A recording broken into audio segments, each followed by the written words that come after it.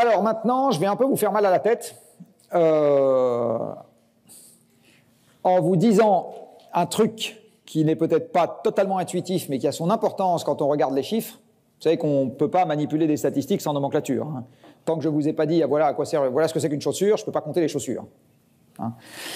Eh bien, en ce qui concerne le pétrole, vous pouvez vous dire, bah, le pétrole c'est très simple, il y a du pétrole et on compte le pétrole. Ben, en fait, c'est pas simple du tout, parce que dans le pétrole, vous mettez des produits qui ne viennent pas du même endroit, qui ne s'appellent pas de la même façon et qui ne servent pas à la même chose.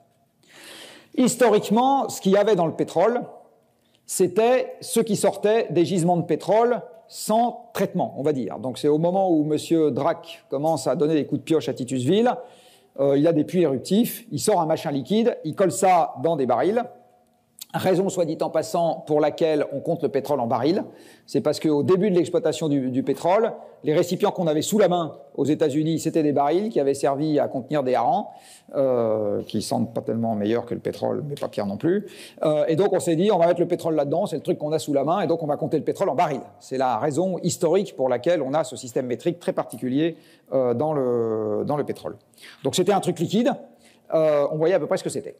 Et puis avec le temps, on s'est rendu compte que d'un gisement de pétrole, on pouvait faire sortir d'autres choses. Il y a du gaz qui est dissous dans le pétrole. Alors le méthane, on ne le met pas avec le pétrole, mais il y a des gens qui comptent avec le pétrole, du gaz qui sort du gisement de pétrole, qui s'appelle de l'éthane, C2H6, pas tellement du pétrole, et du propane et du butane, donc c'est des hydrocarbures saturés C2, C3, C4. Aujourd'hui, vous avez des statistiques dans lesquelles c'est compté avec le pétrole. Alors, ça porte un nom particulier, C2, C3, C4, ça s'appelle des liquides de gaz, hein, ou natural gas liquids. Pourquoi ça s'appelle des liquides de gaz alors que l'éthane n'est pas liquide à température et pression ambiante? Parce que dans les usines de séparation des produits gazeux entre eux, on comprime et on refroidit et on fait de la distillation cryogénique en gros. C'est-à-dire que le méthane est le dernier truc qui reste gazeux, c'est comme ça qu'on l'évacue, et on fractionne, et tous les autres deviennent liquides, et on les évacue comme ça également. Alors, les liquides de gaz, vous pouvez en avoir dans le pétrole. C'est des molécules dissoutes dans le pétrole qui ne sont pas du méthane. Mais vous en avez également plein dans le gaz. Tous les réservoirs de gaz qui ont été formés par des réservoirs de pétrole qui se sont enfouis sous terre et où le pétrole s'est fractionné sont en général des réservoirs de gaz qu'on appelle humides. C'est-à-dire que vous avez du méthane dedans, mais vous avez aussi du butane, du propane et de l'éthane. Donc, ces produits qu'on extrait avec le gaz sont comptés avec le pétrole. Alors vous allez me dire, est-ce que ça vaut la peine de passer 2 minutes sur le sujet? Quand vous verrez le graphe suivant, vous verrez que oui. Après, vous avez également, sortant avec le gaz, des produits qu'on appelle des condensats, et qui sont des chaînes carbonées qui vont en gros de C5 à C8, donc c'est un peu plus léger que les produits distillés standards que vous sortez de raffinerie, et qui viennent également avec le gaz. Alors ceux-là, en général, on les compte avec le pétrole brut. C'est très compliqué de trouver des statistiques dans lesquelles c'est discriminé du pétrole brut. Alors voilà les statistiques de l'agence américaine qui s'appelle Energy Information Agency.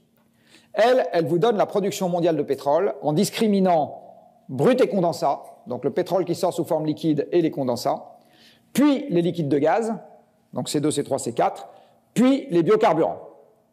Mais quand vous regardez les statistiques de BP Statistical Review, que j'utilise aussi assez souvent, eux, ils agrègent les trois. Et ils vous appellent ça pétrole.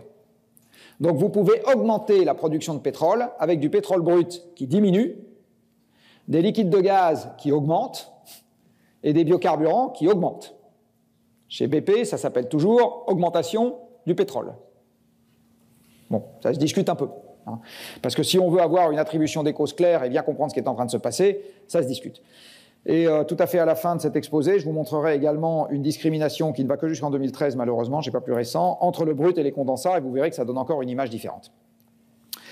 Ce que vous arrivez à voir facilement sur ce graphique, c'est que si vous regardez le pétrole brut, il y a une longue période là qui a démarré en 2005, ça doit vous rappeler un petit quelque chose avec la crise de 2008, où ça n'augmente quasiment plus, et que l'augmentation des années récentes, en fait, elle est moins rapide que l'augmentation que vous avez eue sur la même période des liquides de gaz. Donc en fait, une partie de l'augmentation de la production dite de pétrole, quand vous utilisez les statistiques de BP ou de l'Agence internationale de l'énergie, ils utilisent ça en général de la même nomenclature, eh bien, ils mettent dans production de pétrole les liquides de gaz.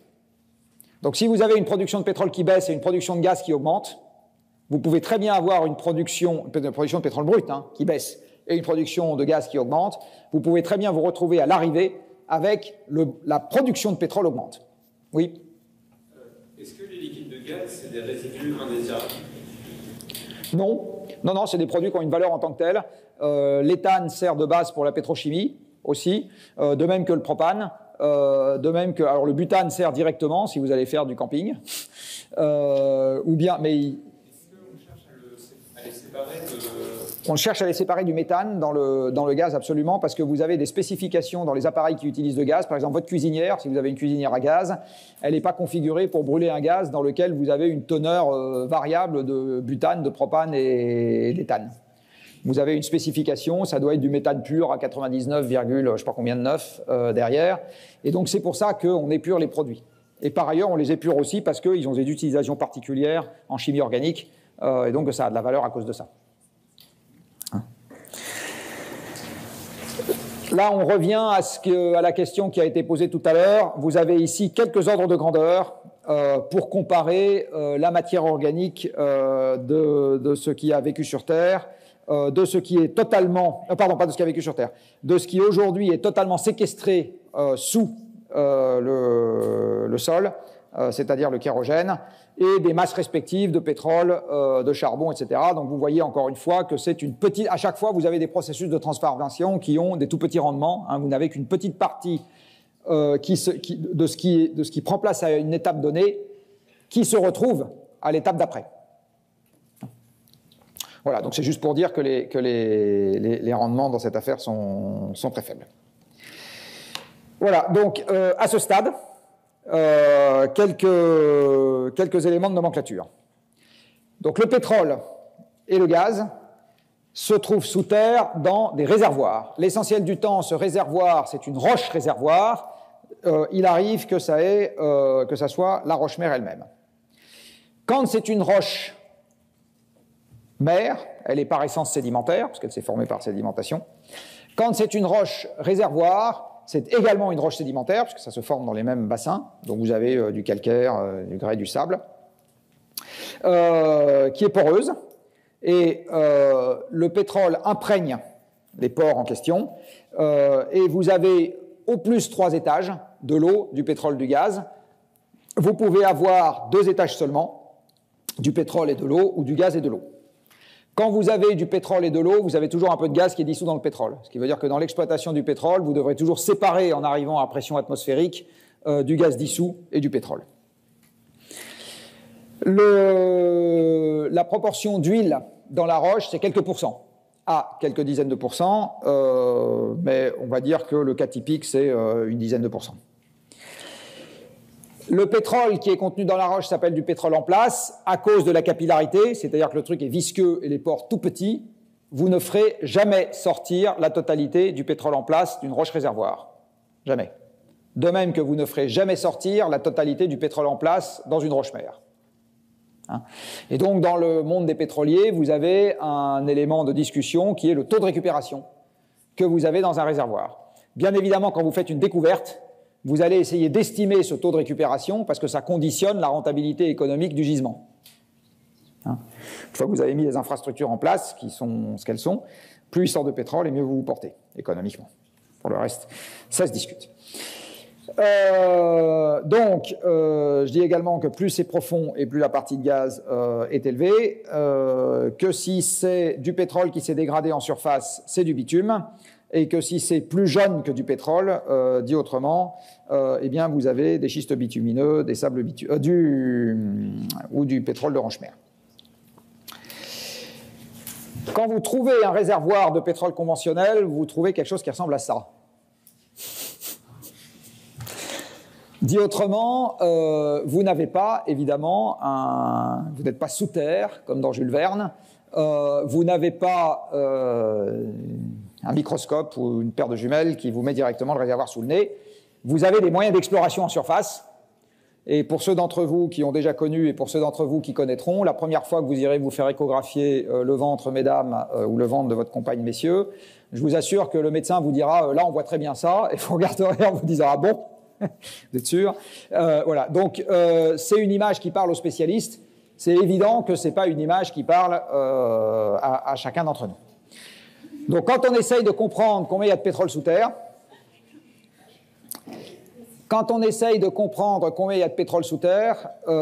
vous avez, quelqu'un, un de mes amis géologues pétroliers, dit en gros, ça veut dire que vous faites le tour d'un hangar et vous regardez par le trou de la serrure et vous essayez de comprendre ce qu'il y a dans le hangar. C'est à peu près ça l'idée qu'il faut garder. Bon, alors maintenant, on sait faire un peu plus que ce qu'on faisait avant, mais enfin, quand même, ça vous dit toujours pas exactement ce qu'il y a dedans. Et donc, pour savoir, on va faire des trous. Donc, une fois qu'on a trouvé quelque chose dont on pense que ça contient du pétrole, eh bien, on fait un trou. Alors, le trou s'appelle un forage d'exploration. Vous allez éventuellement en faire plusieurs. Vous voyez que si vous y prenez mal, vous pouvez très bien tomber juste à côté du truc intéressant et vous tromper sur ce que la roche contient. Mais donc, vous faites un trou, vous remontez une carotte et vous regardez ce qu'il y a dedans. Alors, le pétrole en place, une fois que vous l'avez à peu près qualifié et quantifié, s'appelle une ressource. Jamais vous ne le connaîtrez avec précision. Donc à chaque fois, là aussi, vous voyez passer dans la presse, il y aurait tant de pétrole dans les sous-sols de tel pays. Ça relève d'indications de cette nature parcellaires extrapolées. Hein, donc c'est des gens qui ont fait des calculs de coin de table en disant, imaginons que ce qu'on a déjà trouvé soit représentatif, imaginons que ceci, imaginons que cela. Mais ça relève toujours d'un raisonnement de type modélisation. Ça peut être une modélisation rustique, mais c'est toujours un raisonnement de type modélisation. Jamais vous n'aurez une balance pour aller peser très exactement le pétrole qu'il y a dans le sous-sol d'un pays. Hein. Donc ce qui est en place s'appelle une ressource, et ça dépend évidemment d'un certain nombre de paramètres que je vous liste là, et que vous ne connaîtrez jamais ex ante avec perfection. Je rappelle qu'une découverte ne crée pas du pétrole, ça permet juste de savoir où il est, enfin c'est pareil pour le gaz et c'est pareil pour le charbon. Et qu'une fois qu'on a découvert, vous avez trois phases possibles, ou bien c'est découvert et ça reste découvert, ou bien c'est ce qu'on appelle en développement, c'est-à-dire que vous êtes en train de créer une exploitation, ou bien c'est en exploitation.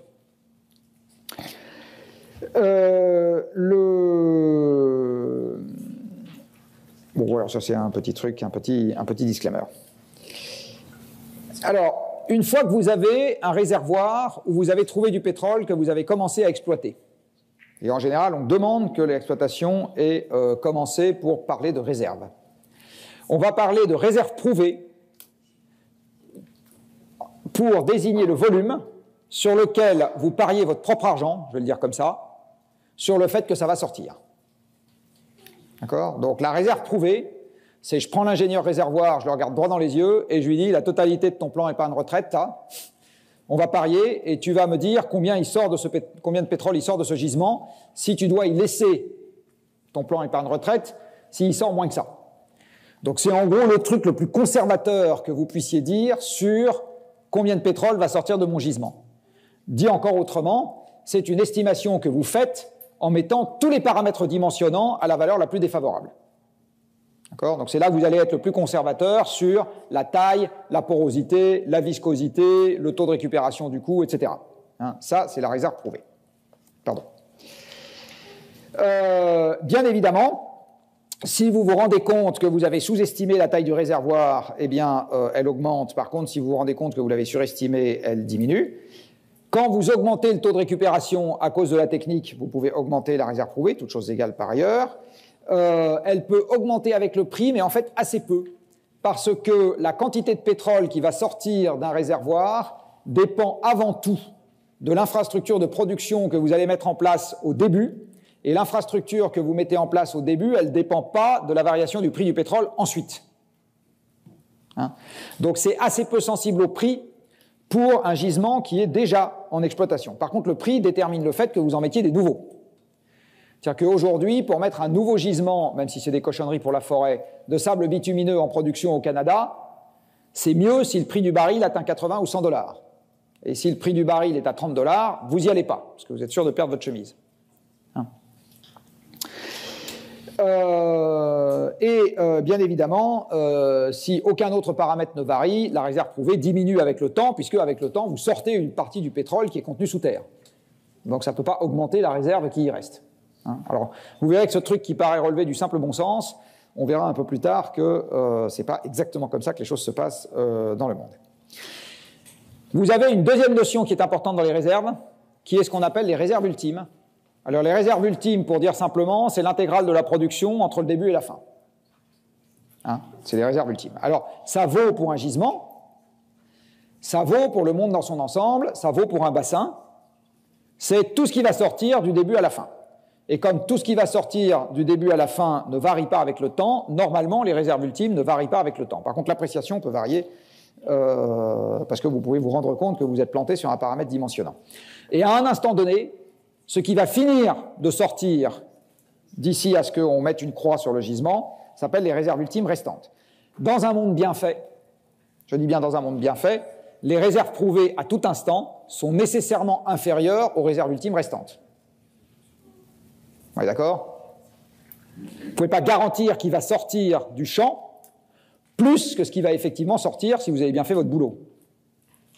Donc si vous avez bien fait votre boulot, ce que vous garantissez la tête sur le bio, c'est nécessairement inférieur ou égal à ce qui va vraiment sortir jusqu'au moment où vous allez arrêter l'exploitation. Nécessairement.